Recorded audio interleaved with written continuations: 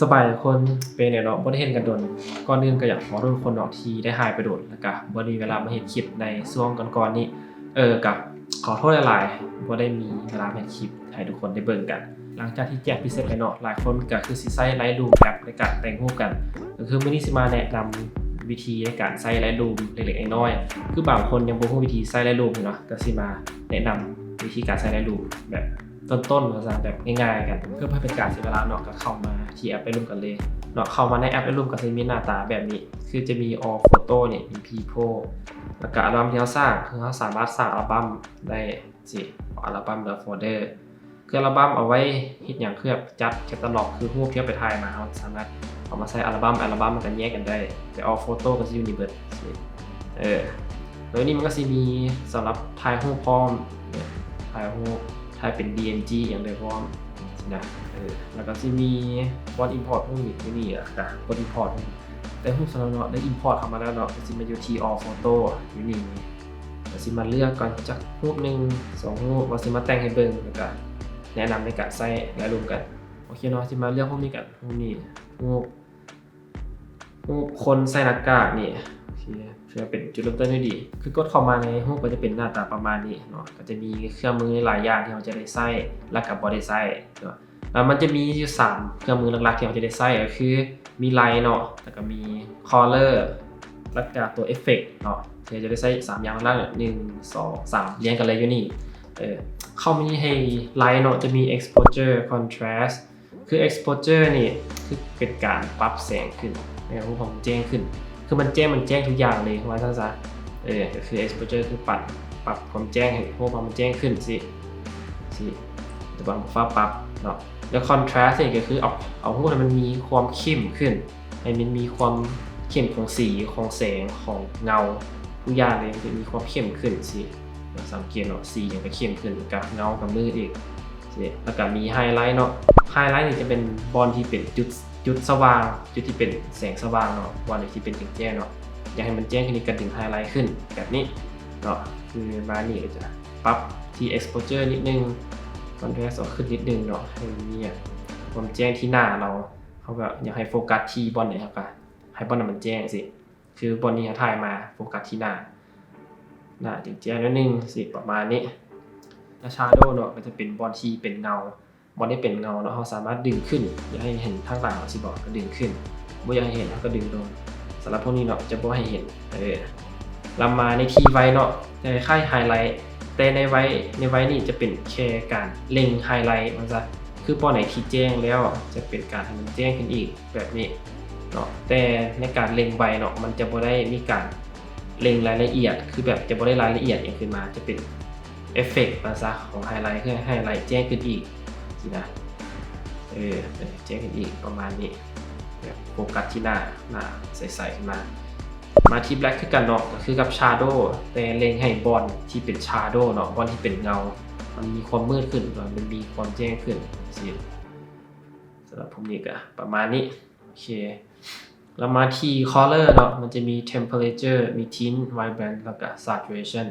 temperature คือการปรับอุณหภูมิคือการลิ่นโทนพวกเรามันจะมี2โทนคือโทนเย็นกับโทนอุ่น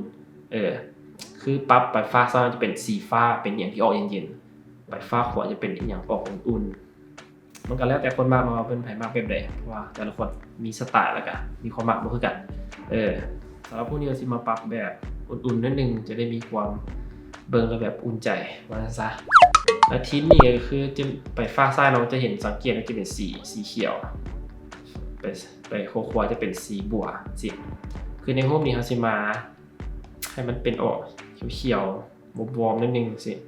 แล้วคือ vibrance นี่บ่ค่อยได้ใส่เนาะแต่สีบ่มาเข้าถึงกันแล้วก็ saturation นี่คือการเร่งความเข้มของสีคือสีอยากเร่งขึ้นให้เป็นแบบนี้ก็สามารถเร่งขึ้นได้แล้วก็จะมีบอลนี่เนาะบอล black and white นี่ BW เนี่ยมันเป็นขาวดำกับกดตัวนี้ได้สิก็คือเนาะเป็นแล้วก็จะมีบอล mix นี่บอลที่เราจะมาแยกสีสิคือแต่ละสีนะมันมีเบิดในนี่มันจะมีสีแดงสีส้มสีเหลืองสีเขียวสีฟ้าอ่อนแบบเขียวๆสินะแล้วก็มีสีฟ้าแล้วมีสีม่วงแล้วก็มีสีบัวออกม่วงแดงๆนะ นี่เนาะในสีแดงเนาะแล้วก็มันจะมีอยู่มี hue มี saturation แล้วก็ luminance ตัวการปรับ hue นี่คือการ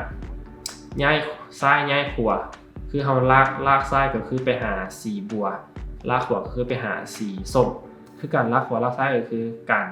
ลากสีหนึ่งไปหาอีกสีหนึ่งที่ใกล้เคียงอยู่ฝั่งซ้ายหรือว่าลากสีหนึ่งไปหาอีกสีหนึ่งที่ใกล้เคียงอยู่ฝั่งขวาคือสีแดงนี่สีที่ใกล้เคียงของมันเนาะก็จะมีสีส้มแล้วก็ถอยหลังไปก็จะเป็นสีบัวเนาะเข้าใจว่าเป็นประมาณนี้ในเบอร์เนาะสีบัวสีส้มแบบนี้พวกนี้จะปล่อยมันเป็นสีแบบธรรมชาติแล้วก็มาที่ saturation เนาะก็จะเป็นการเล็งความเข้มของสีอยากให้มันมีความเข้มแล้วก็สไลด์ชั้นใดก็สามารถปรับขึ้นได้ในพวกนี้กับโมปรับอย่างกันโอเคละแล้วการ luminance ก็คือการปรับสีให้แจ้งขึ้นคือแจ้งแบบสว่างขึ้นสิเขาสังเกตมันจะมีความแจ้งขึ้นปรับให้มืดก็จะมืดแบบนี้เนาะแล้วก็มาที่ตัวสีส้มมันก็คือกันเนาะยูนี่ไปซ้ายเป็นแดงไปขวาเป็นเหลืองสิง่ายๆเนาะจื้อง่ายๆผมนี่กับบริษัทว่าสิปรับอย่างไรมาเป็นแบบนี้สีส้มนี่สีเหลืองสีเหลืองนี่อยากเอาออกอะสามารถเอาออกได้นิ่งๆสิ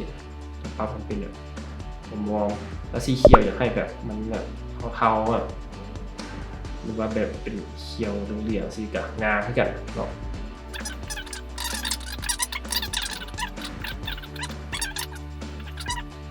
แล้วไปละสำหรับสีนี้ประมาณมาที่เอฟเฟกต์เนาะจะมี clarity details แล้วก็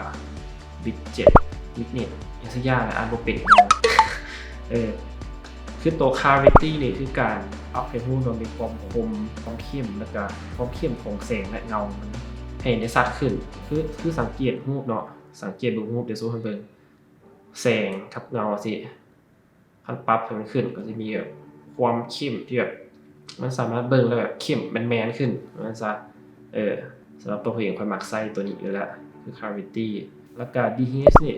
คือการให้เงาเนาะจะมีความมืดหลังทั้งหลังขึ้นแบบนี้สิกงามไหมเนาะคือเงา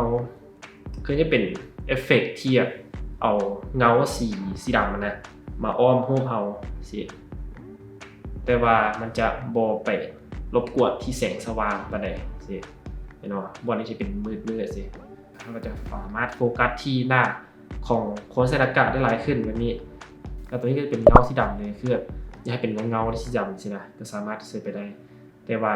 บ่มักเนาะบ่ใส่เพราะว่าเขาใส่ DHS ไปละมันจะมีความเป็นธรรมชาติหลายกว่าตัว Fitness นี่เนาะก็จะมีเอฟเฟกต์นี่จะมีอีกตัวหนึ่งคือตัวไส้คุมโทนนี่คือตัว Split Tone นี่ในจะมีไฮไลท์กับ Shadow เนาะในแต่งรูปนี่บ่ได้มีอย่างหลายเนาะก็แค่จื้อที่ว่าบอนใดที่เป็นแสงบอนที่เป็นเงาเนาะว่าอยากให้มันเป็นแบบใดคือไฮไลท์อยากให้มันออกฟ้ามานี้ Shadow อยากให้มันออกส้มๆอย่างก็ว่าไปแต่บ่มักปานใดเนาะก็เอาลงนิดนึงพอประมาณสีเขียวๆคำว่าไปมักแบบมีความเขียวๆโทนๆสิเนาะก็จะได้รูปมาประมาณนี้ก็ถือว่างามพอสมควรเนาะนี่ก็เป็น3เครื่องมือหลักๆเนาะแล้วมันก็มีอีกอย่างนึงที่เราบ่ควรมองข้ามเนาะก็คือการครอบรูปเนาะคือการครอบรูปให้มันอยู่กับเฟรมแล้วก็มีความเป็น professional ขึ้นเนาะมันต้องรู้จักการครอบรูปว่าครอบยังไง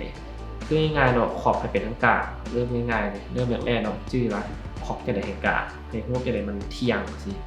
รูปนี้กาให้มันเที่ยงอยู่ตรงกาเราอยู่ตรงกาแบบนี้แบบนี้แล้วมันจะมีหมุนแบบนี้สิแล้วหมุนแบบนี้สิแล้วแต่เนาะแล้วแต่คนจะ create แบบใดเนาะแต่บ่เฮ็ดดีกว่าเนาะจะปลายเป็นธรรมชาติเห็น L เราเนาะจะมีการค่อน L ของเรานี่ก็ถือว่าโอเค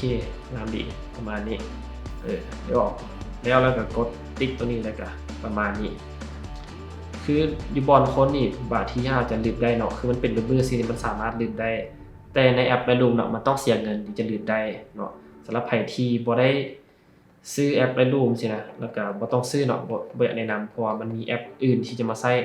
ลบคือกันเนาะและวิดีโอน่าจะไม่เฮ็ดให้เบิ่งเนาะแล้วนี่ก็เป็นรูป Final ของเราจะเป็นประมาณนี้แล้วบัดนี้เบิ่ง before และอันนี้เป็น after เนาะ ประมาณนี้ผมนี่ก็โอเคละ copy setting อีกแล้วก็บางทีรูปนี้มาลองเพจเบิ่งก็ควรจะได้คือกันเพราะว่าภายในโลเคชั่นแล้วก็บอนนี่ก็สีพวกนี้สีก็งามก็จะมีการขอบเข้ามานิดนึงแบบนี้เนาะกับกดติดมักแล้วก็ save to device แล้วก็ highest quality เลยและนั่นก็คือพื้นฐานของการแต่งรูปในแอปในรุ่นโทรศัพท์เนาะกับบ่มีอย่างไรก็มีได้3อย่างที่เราควรจื้อก็คือมีไลท์มี color แล้วก็ effect ในไลท์ก็จื้อง่ายคือการคุมแสงคุมเงาอยากให้รูปแจ้งซั่นใดอยากให้มันมืดซั่นใดก็ให้คุมที่ไลท์เนาะมาที่ color คือการปรับสีของรูปอยากให้รูปมันไปสีนั่นสีนี้สินะก็สามารถปรับได้ที่ color แล้วก็มาได้ที่ effect อยากใส่ effect นั่น effect นี่แล้วก็ split tone อยากให้มันมีรูปมันเป็นโทนเขียวหรือว่าแบบโทนส้มนี่ก็สามารถใส่ที่ effect เนาะจะ beyond split tone อันเนาะก็มีแต่3อย่างที่คนจื้อหลักๆเลยและอย่างก็เป็นครอบรูปเนาะครอบง่ายๆสุดก็เป็นครอบให้คนอยู่กลาง subject ที่เราอยากโฟกัสทันอยู่กลางคือมันเป็นเบสิกอยู่แล้วเนาะว่าจังได๋อยู่กลางให้มันให้เที่ยงแล้วก็สิเพิ่นสำหรับเนาะสำหรับมื้อนี้ก็บ่ได้มีหยังหลายก็เป็นไงก็ขอฝากทุกคนเนาะกดไลค์กดแชร์และอย่าลืมไปอย่าลืมไปกดติดตาม Big ได้ที่ IG ที่ Big ปุญญดิษฐ์แล้วก็ YouTube Big BYL เนาะเดี๋ยวจะให้ซื้อขึ้นมาที่บ่นี่ไปติดตามกันได้แน่ไปกด Subscribe ในกันอยู่ YouTube นะแบบ Subscriber โคตรน้อยเลยแล้วเบิ่งซะนี่เนาะเดี๋ยวจะไปให้หน้าที่นี่ต่อแล้วก็ถ้าเบิ่งกันเนาะว่าคลิปหน้าว่าจะมาเฮ็ดคลิปหยังกันต่อสามารถติดตามกันได้